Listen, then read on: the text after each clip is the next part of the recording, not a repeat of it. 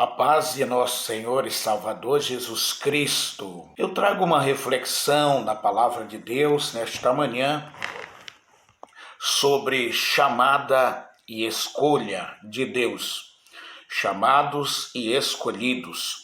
No livro de Mateus, capítulo 22, o verso de número 14, diz o seguinte: pois muitos são chamados, mas poucos escolhidos.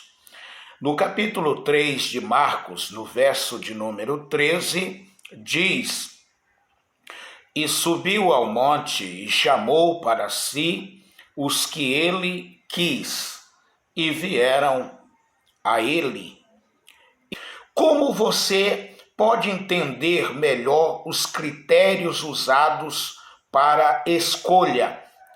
Pense numa grande empresa, pense no estado, no município, quando está precisando de funcionários qualificados. As pessoas, elas se aproximam, elas dão entrada com as documentações, apresentam seu currículo, mas elas terão que fazer prova. Assim também é nas seleções de futebol, de voleibol, enfim. Todas as classes sociais, elas costumam fazer a convocação, isso é chamada, e as pessoas se apresentam para entrar num processo seletivo e depois de vencer a primeira, segunda, terceira etapa, chegar na reta final, a maioria absoluta terá ainda que fazer uma entrevista.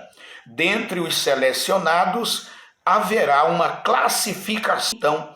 Deus usaria os mesmos critérios para chamar alguém, para escolher alguém? Como eu posso fazer para ser escolhido por Deus? Na verdade, a palavra já está dizendo: muitos são chamados. Diria, todos são chamados. Todos aqueles que ouvirem a pregação, que lerem a Bíblia, que estiverem diante de um programa de evangelístico, eles estão sendo chamados. É o chamado de Deus. E como no texto do capítulo 3, o verso 13 de Marcos, diz que Jesus ele subiu ao monte e chamou para si os que ele quis. Chamou a multidão, se aproximaram, mas ele escolheu dentre aqueles 12 pessoas e os nomeou. Eles foram classificados. Qual o critério que Deus vai usar para escolher alguém? Primeiro, a chamada, a convocação, o apelo de Deus para que você se converta. Segundo, a obediência é o critério. Deus não vai escolher quem não obedece. Terceiro lugar, fidelidade.